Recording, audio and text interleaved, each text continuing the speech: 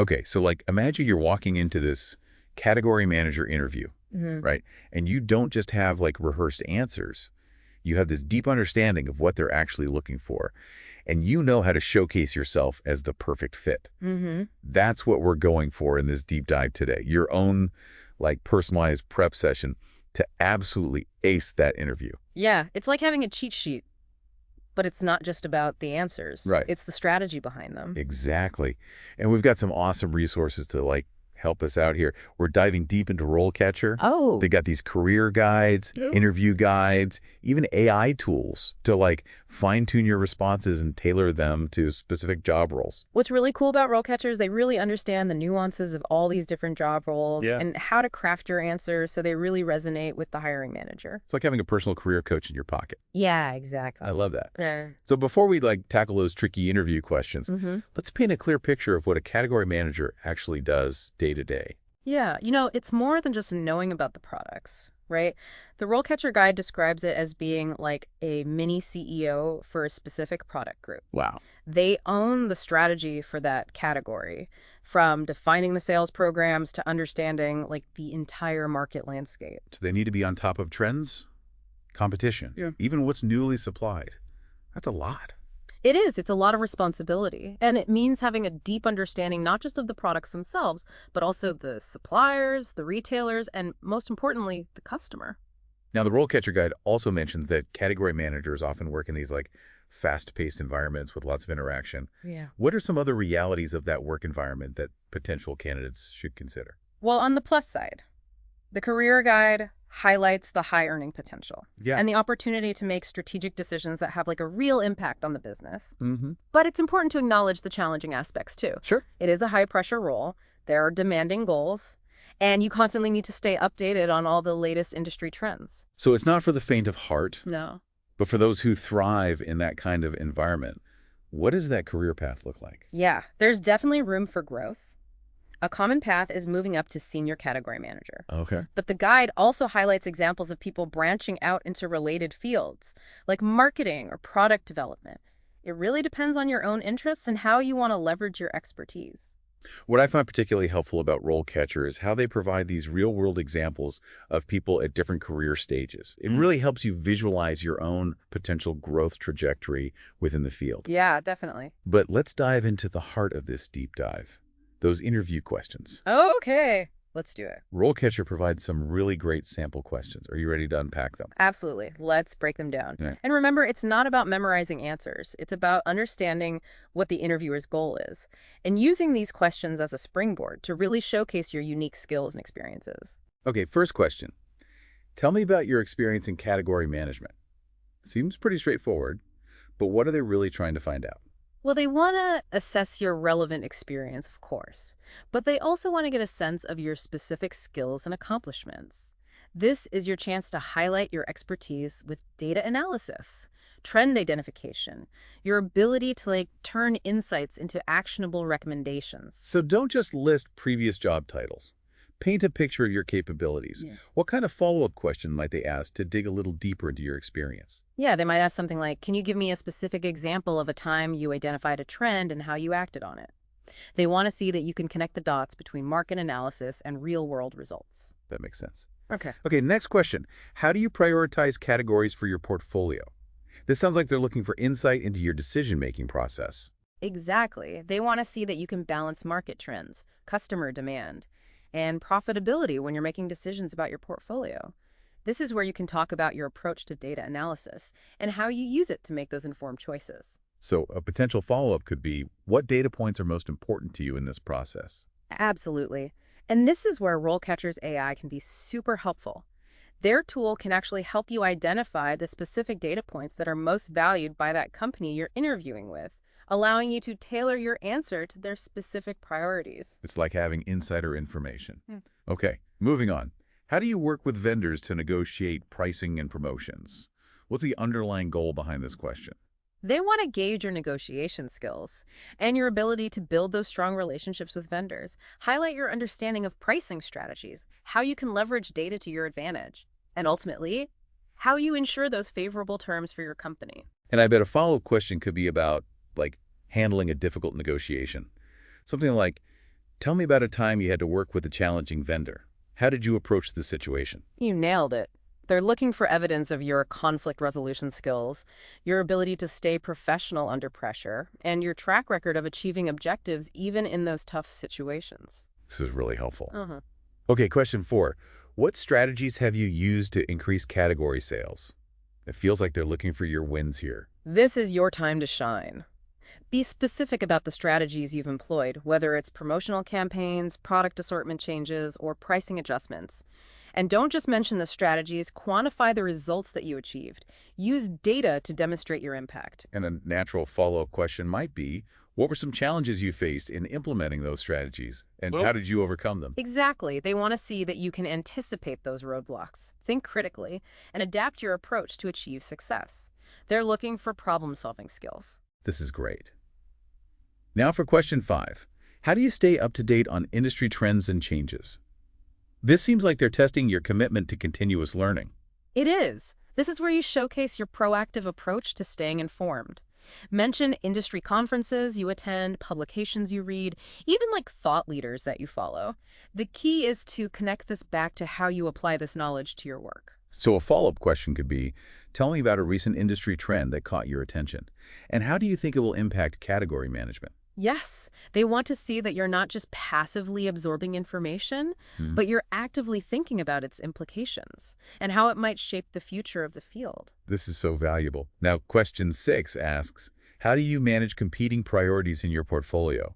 Sounds like a juggling act. It often is. It often is. This is all about demonstrating your organizational skills, your ability to communicate effectively, and your approach to collaboration. Emphasize how you prioritize tasks based on business needs and how you use data to support those decisions. I imagine they might ask, can you give me an example of a time you had to balance multiple high-priority projects? How did you ensure all deadlines were met? That's a great example. They want to hear about your process, your time management skills, and your ability to perform under pressure while maintaining that high level of quality. Okay, question 7 focuses on compliance. How do you ensure compliance with regulatory requirements in your portfolio? That seems pretty important. It's crucial. They need to know you take those regulatory requirements seriously, and that you understand the legal landscape of your industry. Highlight your knowledge of relevant regulations, how you communicate them to your team, and your approach to monitoring compliance and mitigating potential risks. A potential follow-up could be, what steps do you take to stay informed about changes in regulatory requirements? Right. They want to see that you're proactive and diligent in keeping up to date with any changes that could impact your portfolio. Okay, question 8 asks, how do you identify and manage risks in your portfolio? I'm sensing a theme here about being proactive. Absolutely. This question is all about your risk management approach. Showcase your ability to spot potential risks, your understanding of mitigation strategies, and your communication skills in sharing these risks with the relevant teams. Highlight your ability to monitor and adapt as needed. And they might ask, describe a time you identified a significant risk in your portfolio. What steps did you take to mitigate it? I want to see you in action. Right, precisely. It's about demonstrating your problem-solving skills and your proactive approach to tackling challenges head-on. Okay, on to the final question. How do you measure success in your portfolio? This seems pretty broad. It is, Yeah. but it's a great opportunity to showcase your strategic thinking and how you align your work with overall business goals. Talk about setting those measurable goals, using the relevant metrics, and analyzing data to track your progress. Demonstrate that you understand what success looks like in this role and how you communicate it effectively. And they might ask a follow-up question like, what are some non-financial metrics you consider important for measuring success in this role? They're testing your holistic view. Exactly. This allows you to demonstrate that you understand that broader impact of your work beyond just the bottom line. You can talk about things like customer satisfaction, brand loyalty, even employee engagement, depending on the specific role and company. Wow, we just covered 9 interview questions. I feel like we barely scratched the surface, but this is already incredibly valuable. I agree. And remember, these are just a starting point. The key is to use these insights to guide your thinking, to tailor your answers to the specific company and role you're interviewing for, and of course, to practice, practice, practice. Practice makes perfect. And speaking of practice, we'll be right back after a quick moment to delve deeper into RoleCatcher's AI tools and how they can help you take your interview preparation to the next level. We've talked a lot about the strategy behind answering these common interview questions, but RoleCatcher goes a step further with its AI tools, which can actually help you refine and tailor your responses. So it's like having a virtual interview coach in your corner. Precisely. You can input your answers, and the AI will actually analyze them, offering feedback on things like clarity, conciseness, even the use of keywords that align with the specific job description. It's like having a personalized editor for your interview prep. It's amazing. It takes the guesswork out of knowing whether you're hitting the right points. You mentioned tailoring answers. How does RoleCatcher help with that? Well, their AI is designed to actually understand the values and the culture of different companies. By analyzing the job description and company information, it can suggest ways to emphasize the aspects of your experience that are going to resonate most with that specific hiring manager you'll be meeting with. So you're not just giving like a generic answer, you're showcasing your understanding of their world. I love that. Beyond interview prep. What about standing out in the long run? RoleCatcher mentions certifications. Are those worth considering? Certifications are definitely valuable. They demonstrate your commitment to professional development and your specialized knowledge. The guide highlights the Certified Category Management Professional, CCMP, as being highly recognized in the industry. So it's like a stamp of approval that says you really know your stuff. Are there other certifications worth considering? The guide also mentions the Certified Professional in Supply Management, CPSM, and the Certified Professional in Retail Merchandising, CPRM, as valuable credentials for those looking to advance their careers in this field. Those are great to keep in mind. What about networking? RoleCatcher touched upon the importance of that as well. Networking is absolutely key in any field, but especially in a fast-paced dynamic industry like category management. The guide recommends joining organizations like the Category Management Association, CMA. What are the benefits of joining an organization like that? It's a great way to connect with other professionals, learn from their experiences, and stay ahead of all those industry trends. You can attend conferences, participate in webinars, and just engage in discussions with people who are facing similar challenges and opportunities. Networking can sometimes feel intimidating. Do you have any tips for making it less daunting? Start small. Reach out to people you admire on LinkedIn. Attend those virtual or in-person events, and just focus on building those genuine connections.